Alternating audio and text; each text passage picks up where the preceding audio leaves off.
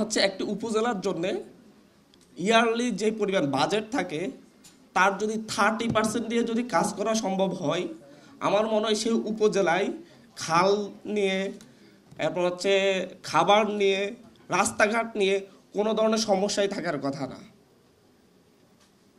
Last ইয়ারে এই যে খাল খনন, খাল পরিষ্কার, আবহাওয়া ঠিক রাখার জন্য, কৃষি ব্যবস্থা ঠিক রাখার জন্যে, এরপর হচ্ছে মানুষের চলাচলের জন্য, কাঁচামাটি রাস্তা করার জন্যে এক সেশনে কাবিখা থেকে প্রায় 70 থেকে 80 লাখ টাকা করে প্রতিটা ইউনিয়নে বরাদ্দ দেওয়া হয়েছে। আমি আমার উপজেলার কথা বলছি।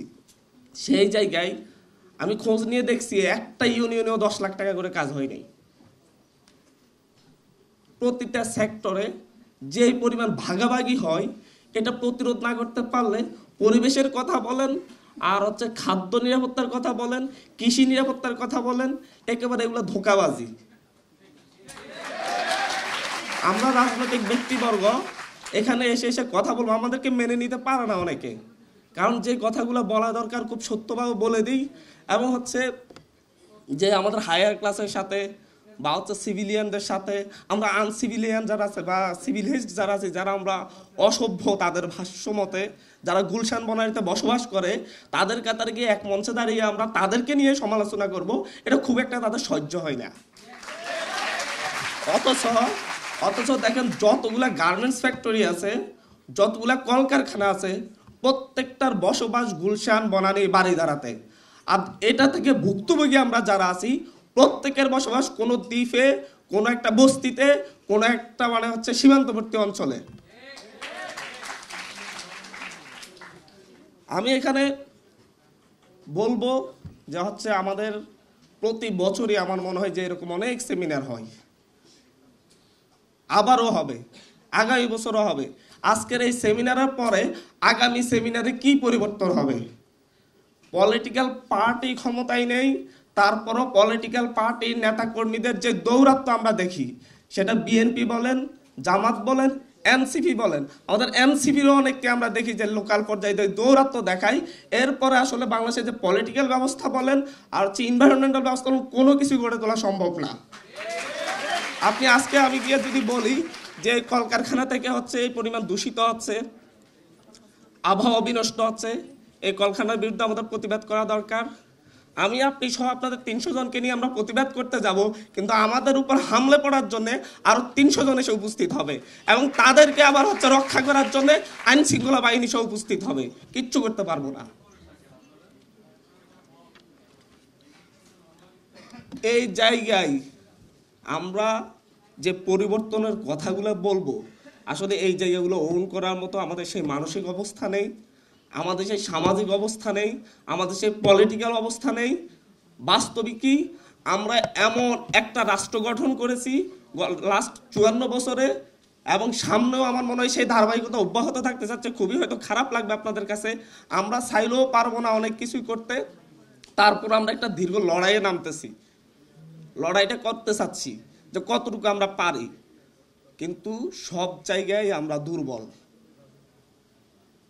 আমাদের সমাজকর্মীরা দুর্বল, আমাদের পরিবেশ কর্মীরা দুর্বল, আমাদের প্রত্যেককে এমন উইক করে রাখা হয়েছে যাতে করে তারা শক্তিশালী হতে পারে, তাদের ব্যবসা বাণিজ্য ঠিকভাবে চলতে পারে, যাতে করে তারা নদী দখল করতে পারে। গত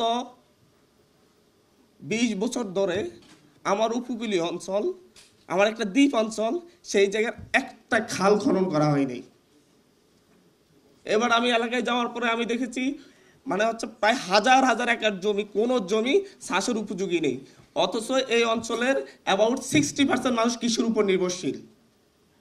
প্রতিটা খালের উপর, মেইন রোডের পাশে প্রতিটি খালের উপর দোকানপাট নির্মাণ করে রাখা হয়েছে। যদি বলি দোকানপাট ভেঙে দেন, তখন আর এটা পারে না। খাল পরিষ্কার করবে, অনেক কথা বলবে, বাট হচ্ছে এই খালের উপর দোকানপাট যাদের আছে, একটা দোকানও কোনো সাধারণ মানুষের নাই, প্রতিটা দোকান রাজনৈতিক ব্যক্তিদের।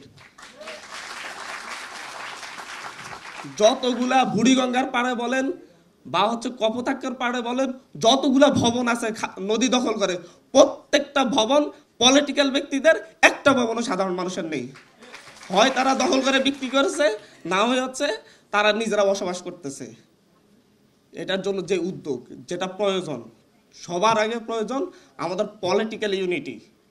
যে কয়েকটি পার্টি আছে আমাদের, মেইন পার্টিগুলা, 5-6টা পার্টি যারা মেইনলি ভূমিকা রাখে, তারা পলিটিক্যাল ইউনিটি না শো করলে, একসাথে দাঁড়িয়ে যদি না বলে যে আমরা আসলে এই পরিবর্তনটা চাই, আমরা সবাই মিলে এর বিরুদ্ধে কথা বলবো, তাহলে দেখবেন আর বাধা দেওয়ার কেউ নেই। কিন্তু প্রত্যেকের তো লাঠিয়াল ফালতে হবে, প্রত্যেকের তো হচ্ছে তাদের লাঠিয়াল ফালতে হবে। আর সেই লাঠিয়ালগুলো কোথা থেকে আসবে? এই অবৈধ সুবিধা যারা নেই তারাই লাঠিয়াল আসে। আজকে যখন আমরা রাজনীতি করতে যাই, তখন আমাদেরকে বলা হয় যে হচ্ছে এক কেন্দ্রে করে 200 জন করে আপনাকে লোক লাগবে, সেই 200 জন করে লিখে রাখেন যারা আপনার জন্য লাঠি ধরবে। মনে হয় যেন আমরা এখনো সেই আওয়ামী আমলের অবস্থায় আছি। বাস্তব মানসিকতা এইভাবে হয়ে গেছে। সর্বশেষ আমি শুধু এনসিপির পক্ষ থেকে বলবো, আমাদের এনসিপিরও স্বপ্ন আছে। আমি বলছি, এখানে দাঁড়িয়েও বলছি, আসলে যে স্বপ্নগুলোর কথা বলবো, এটা এনসিপির পক্ষ বাস্তবায়ন করা সম্ভব না যদি রাজনৈতিক সকল দল মিলে না চাই। এনসিপি ক্ষমতায় গেলেও সম্ভব না। তারপর আমরা বলছি আমরা কি করতে চাই। আসলে আমাদের পক্ষ থেকে আমরা মূলত হচ্ছে যেভাবে শরিয়া কমপ্লেন্স হয়, সেভাবে ক্লাইমেট কমপ্লেন্স করতে চাচ্ছি। বিভিন্ন অঞ্চল ভিত্তিক এক একটা এরিয়া যেগুলা সবসময় ক্লাইমেট মানে আপনার পরিবেশের অনুকূলে থাকবে, সকল কিছু কারখানা হলে, বসতবাড়ি হলে, সব কিছুই সেভাবে আমরা ক্লাইমেট কমপ্লেন্স করে আস্তে আস্তে দেশটাকে ক্লাইমেট কমপ্লেন্সের আওতায় আনতে চাচ্ছি। আমাদের প্ল্যান হচ্ছে ক্লাইমেট চেঞ্জ জাস্টিস জোন তৈরি করা, যেখানে ক্লাইমেট চেঞ্জের কারণে আমাদের যারা ক্ষতিগ্রস্ত হচ্ছে, যারা বিভিন্নভাবে যেমন নদী ভাঙ্গন, এরপর হচ্ছে বিভিন্ন কারণে ক্লাইমেট চেঞ্জের কারণে ক্ষতিগ্রস্ত হচ্ছে, তাদের আবাস গড়ে তোলা, তাদের জন্য চিকিৎসা সেবার ব্যবস্থা করা, সব কিছুর জন্য ক্লাইমেট চেঞ্জ জাস্টিস জোন আমরা তৈরি করতে চাচ্ছি। আমরা চাচ্ছি স্মার্ট,